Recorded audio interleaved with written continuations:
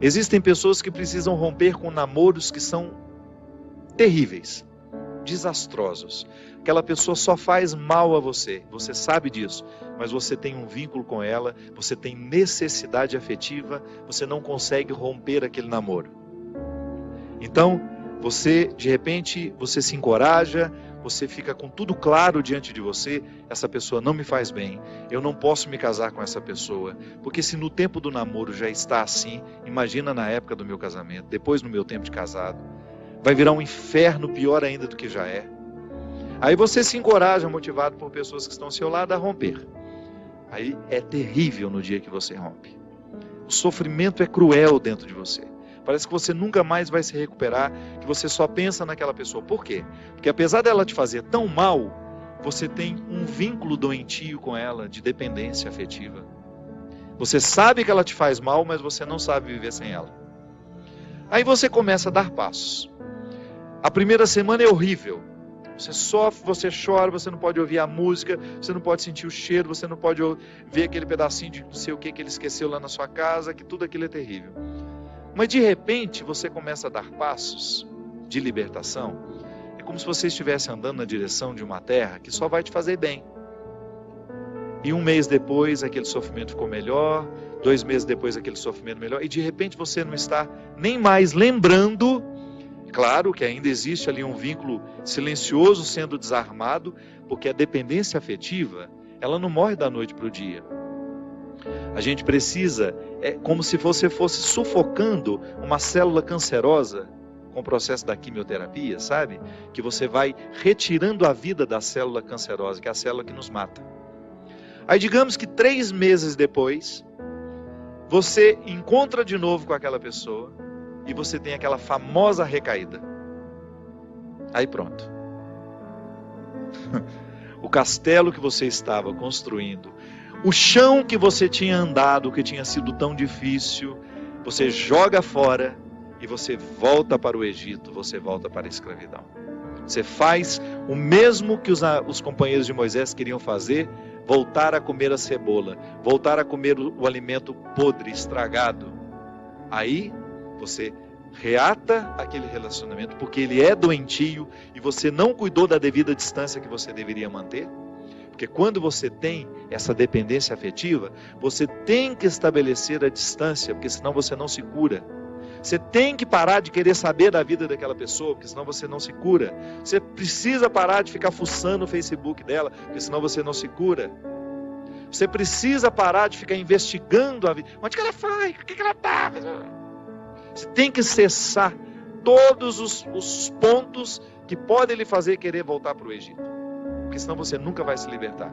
Aí 3 meses depois você está bela e formosa já, matando a célula cancerígena, você vai dar mais uns beijos na boca, volta àquela dependência horrorosa e o inferno retorna na sua vida. Na sua primeira semana é até bom que está tudo voltando.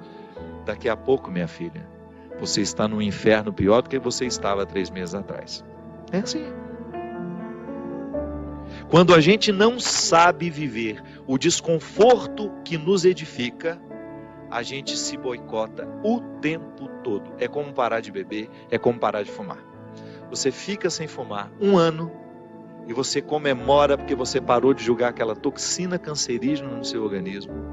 E de repente você vai lá e acende um cigarro de bobeira e aquele vício volta como se fosse um monstro capaz de te comer inteiro. Pronto. Todo aquele sacrifício que você fez dos primeiros dias sem fumar vão para o saco. Por quê? Todo aquele sacrifício vai para o saco. Por quê? Porque você não foi capaz de viver o desconforto de renunciar. Minha gente, é impressionante como essa mão de Deus nos auxilia assim, nos fazendo conscientes do que nós precisamos romper na nossa vida. São situações que a gente precisa estabelecer limites para elas, porque senão a gente não vai ser curado nunca. A gente vai ficar eternamente doente na fila dos necessitados, chorando e mendigando um pãozinho de bondade do outro, um pãozinho de afeto do outro. Pelo amor de Deus, nós não fomos feitos para isso. Nós não fomos feitos para ficar arrastando dependentes afetivamente dos outros. A gente foi feito para amar.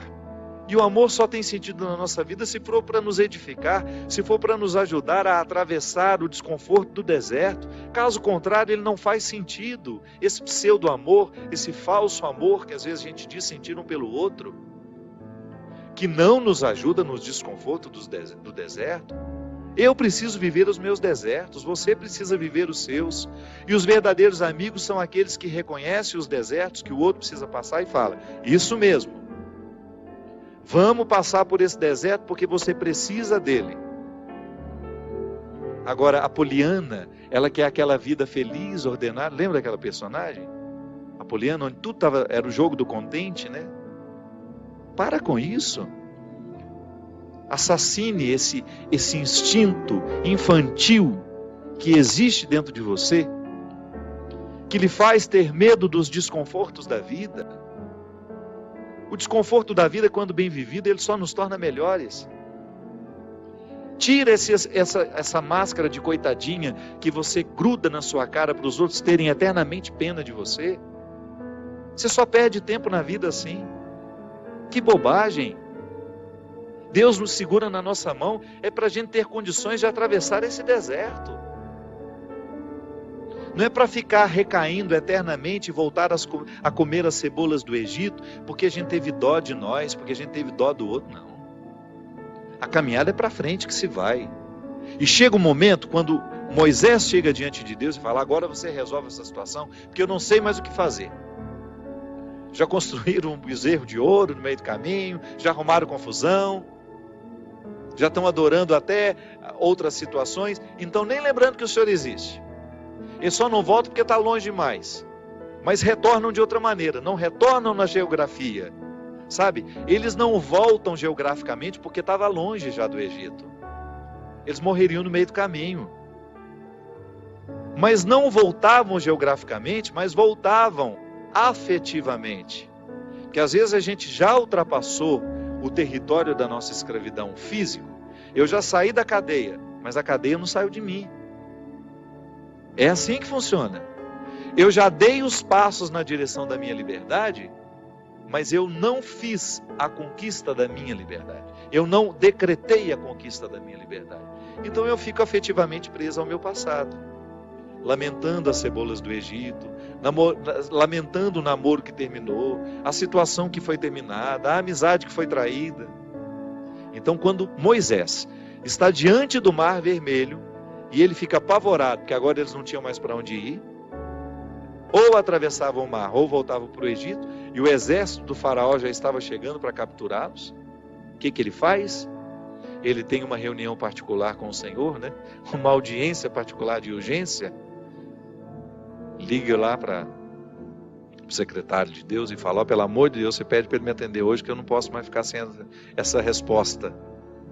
O exército do faraó está chegando. E aí ele acha que Deus iria dar uma resposta fácil para ele, né? Ia dar uma solução rápida. Não. O que Deus fala? Lembra, Gino? Lembra? Corre, né? Entra nessa água. Olha que frase forte. Diga ao povo que caminhe.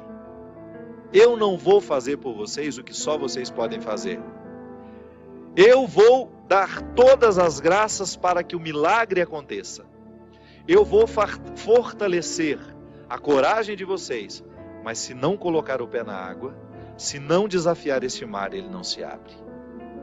E foi o que o povo fez. Moisés à frente, certamente, cheio de medo também, né? Ai, meu Pai de misericórdia, o que vai acontecer agora? Quando ele começou a entrar, a colocar os pés na água, Deus faz a sua parte. Minha gente, a nós nem importa se isso aconteceu dessa maneira mesmo. A nós interessa é o fato de que Deus faz diariamente isso na nossa vida. Sempre que eu me encorajo a vencer os mares que me desafiam, eu estou exercendo o cuidado de Deus na minha vida. Sempre que eu me encorajo a colocar o pé no mar que me ameaça, eu estou cumprindo a parte da promessa de que Ele estará sempre ao meu lado. Você faz a mesma coisa. Sempre que você desafia os seus mares, sempre que você enfrenta os seus desconfortos, Quando você não tem medo do desconforto que lhe chega, quando você olha para ele de frente, você fala: e agora? O que é que nós vamos fazer a partir desse momento? O que você me traz de bom? O que você está me desafiando? Eu vou aqui recrutar as minhas melhores partes, porque só isso me interessa.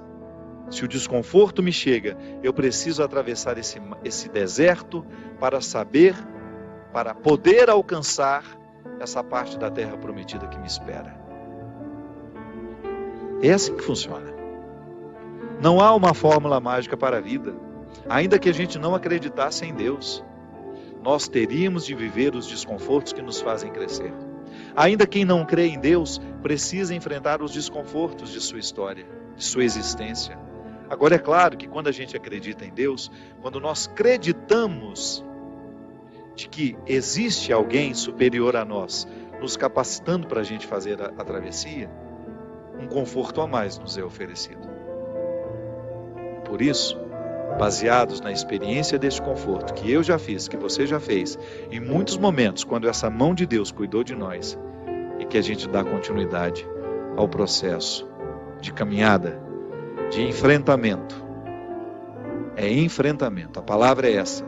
Se a gente não vive os enfrentamentos diários dos nossos desertos, dos nossos conflitos, dos nossos medos, a gente nunca vai chegar ao conhecimento da terra que Ele nos preparou.